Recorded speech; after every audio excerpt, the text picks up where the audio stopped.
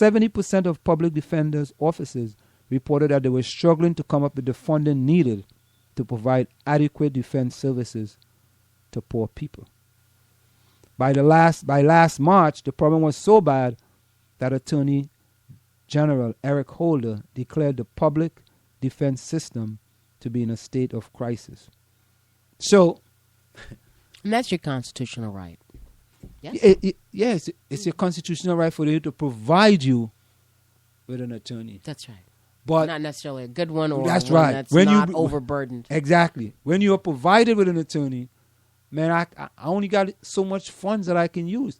I can't do all that research that the other people can do. Yeah. I can't do that the other person attorney can do. I don't have all that money. You know, that money or that time because you probably got about 500 cases. So why don't you plea bargain? Yeah. You didn't do it? Plea bargain. Just 2 years will be over with. Yeah, 2 years and it'll be over with, I mean, it stays on your record, but it's better than taking 10. Oh, you want me to give you a story? You know I got a story for all these things. Because I want to add something to this story. Okay, all right. So you go ahead. Well, I don't know. I think that it's just awful. When you sent me this earlier today, and I was thinking about this because somehow I ended up in something where I ran into this prison pipeline, and this funneling of black males into prison, the prison system, the criminal justice system, it actually begins in school and the expulsions from school. And that was one reason I took that part of the case, the ACLU civil complaint, so seriously. It's called, I don't know if you've heard this term, the school to prison pipeline. And I'm looking at an article. It's a fact sheet. Now, these are all online, but I chose this one by Tavis Smiley because it has lots of stats on here, and the article's a little bit shorter considering the time we have. But this is fact sheet. How bad is the school to prison pipeline? According to Chief Justice Earl Warren and Brown v. Board way back in 1954, and these days it's doubtful that any child may reasonably expect to succeed in life if they are denied the opportunity of an education. Such an opportunity where the state is undertaken to provide it is a right that must be made available on equal terms. The school-to-prison pipeline, an epidemic that is plaguing schools across the nation. Far too often, students are suspended, expelled, or even arrested for minor offenses that leave visits to the principal's office a thing of the past. Statistics reflect that these policies disproportionately target students of color and those with a history of abuse, neglect, poverty, or learning disabilities. Students who are forced out of school for disruptive behavior are usually sent back to the origin of their angst and unhappiness, their home environments or their neighborhoods, which are filled with negative influence. Those who are forced out for smaller offenses become hardened, confused, embittered. Those who are unnecessarily forced out of school become stigmatized and fall behind in their studies. Many eventually decide to drop out of school altogether, and many others commit crimes in their communities. It's difficult to pinpoint the exact reason for the school-to-prison pipeline. Many attribute it to the zero-tolerance policies that took form after the 1999 Columbine school massacre. Others blame educators, accusing them of pushing out students who score lower on standardized tests in order to improve the school's overall test scores. And some blame overzealous policing efforts. These reasons are many, but solutions are not plentiful. So how bad is the school-to-prison pipeline? See the stats and leave suggestions and find programs in your area. So I'm looking at this infographic from suspensionstories.com, which demonstrates a general overview. So 40% of students expelled from the U.S. schools each year are black. 70% of students involved in end-school arrests or referred to law enforcement are black or Latino. 3.5 times the number of black students, or rather, black students are 3.5 times more likely to be suspended than white students. And this is national. Black and Latino students are twice as likely not to graduate high school as a white student. 68% of all males in state and federal prisons do not have a high school diploma. And then they have another side here where they say this from foster care to prison. So 50% of children in the foster care system are Black or Latino. 30% of foster care youth entering the juvenile justice system are placement-related behavioral cases. 25% of young people leaving foster care will be incarcerated within a few years after turning 18. 50% of young people leaving foster care will be unemployed within a year after turning 18. And 70% of inmates in California state prison are former foster care youth. Oh, that's just really sad. I don't have the exact quote, but it is believed that when it is stated over and over again, and I'm sure if I just Googled it, I could find out that they build prisons based on the number of people who drop out of ninth grade or don't make it through ninth grade. So we have, as you say that, you see something? You just saw that. So, do you know what I mean? It's starting out in school. I can tell you a quick story that I did work in a jail for a semester. It was a kiddie jail, I call it, for the city of New York while it was for the Board of Education.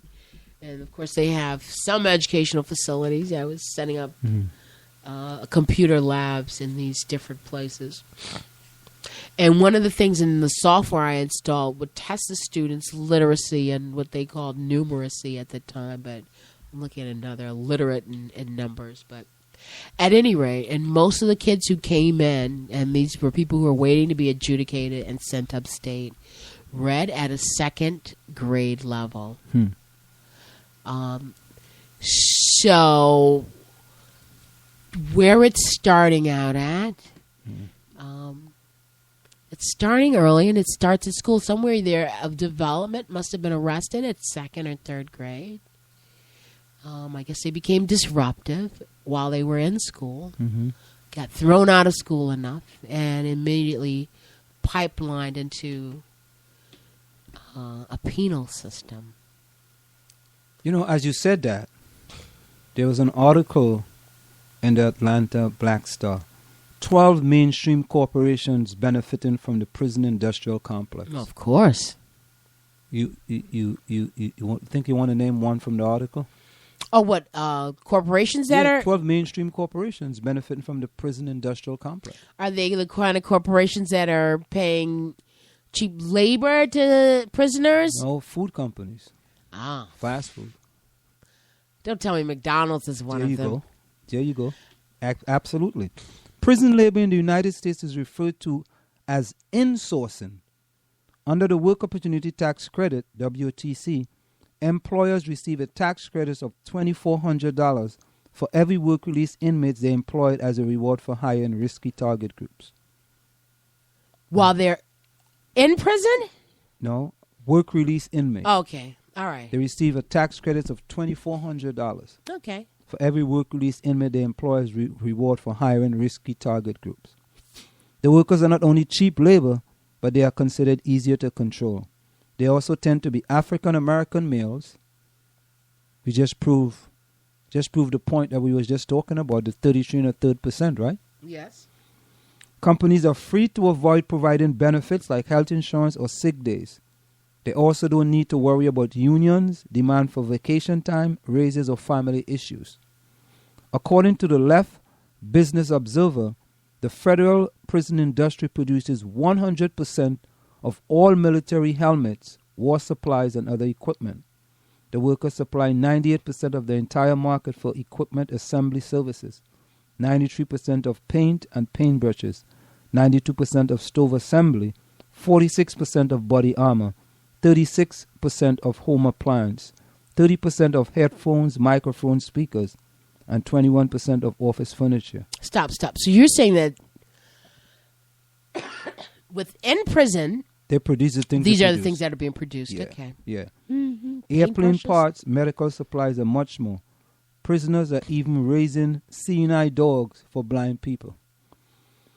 With all of that productivity, the inmate makes about 90 cents to $4 a day. Here are some of the biggest corporations to use such practices, but there are 100 more. McDonald's. McDonald's uses inmates to produce frozen foods. Inmates process beef for patties. They also process bread, milk, and chicken products. Did you ever know that? Keep going. I don't know if I want to know the rest of this. I mean, I know Wendy's. about some. No, this is an article. Where is this article? This is in the Atlanta Black Star, dated October the 10th, 2014. This is just recent. Mm-hmm. As a matter of fact, we had to get to this, but we didn't have time. Wendy's. Wendy's also has been identified as relying on prison labor to reduce its cost of operation. Inmates also process beef for patties. You know, so think about it. You understand what's going on here? Yeah, it's another form of slavery. If you're paying people nothing, it's slavery. So we're going to incarcerate people. We have prisons. There's a prison industrial complex that exists for profit. That is probably getting a tax break. Let's go on. Oh my God! What an awful. Let's go on. Walmart. Oh, I'm not surprised by that. The company uses inmates for manufacturing purposes. The company hires inmates to clean products of UPC barcodes so that the products can be resold. Let's get better. Starbucks. The company uses inmates to cut costs as well. Starbucks subcontractor Signature Packing Solution hired Washington State prisoners to package holiday coffees. See why these companies can make all this money? What we're going to do, the police going to lock up all these black kids. Well, continue to. Illegally. And then when you get in jail, we're going to exploit you. This way, yeah. To make these corporations richer. We're not going to pay you any health benefits because you're a criminal. You may not have done the crime, but you're in jail. So you got to pay the piper, buddy. No, you're paying the CEO and CFOs of all those corporations. That's the piper. That's the piper. That's the piper. And that's why I say those people ought to be dealing with Ebola. They got more than Sprint. Let's go on. Sprint provides telecommunication services. Inmates are used in call centers. Hello, this is Joey Tupac. What's happening, man? Yo, bro. I'm in cell number 250. Yo, I wasn't supposed. That's not gonna come off. I wasn't supposed to tell you that, man. I'm working for Sprint. Verizon Wireless. If you got Sprint, you gotta have Verizon. Inmates provide telecommunication services. You know, do you want to believe this article is for real? You know what? Now listen, for all the women, stand up, please sit down. For all the women, please sit down. Are you gonna say the Victoria's Secret one? Please sit down for this one for all the ladies. No, because I'm not looking at it. Is that Victoria's Secret. Okay, yeah, I know. See, I knew about them. The company used inmates to cut production costs. Can you imagine that? In South Carolina, female inmates were used to sew products. Also, inmates reportedly have been used to replace made-in tags with made-in-USA tags. It gets better. Not only are we talking about McDonald's or your phone or women, we're also talking about investments as well. Fidelity Investment, the biggest investment firms in the United States of America. Yeah. 401k or the investments, 401k or other investments are held by Fidelity. And in some cases, some of your money invested by Fidelity is used for prison labor in other operations related to the prison industrial complex. The investment firm funds the American Legislative Exchange Council, which says created laws authorizing and increasing the use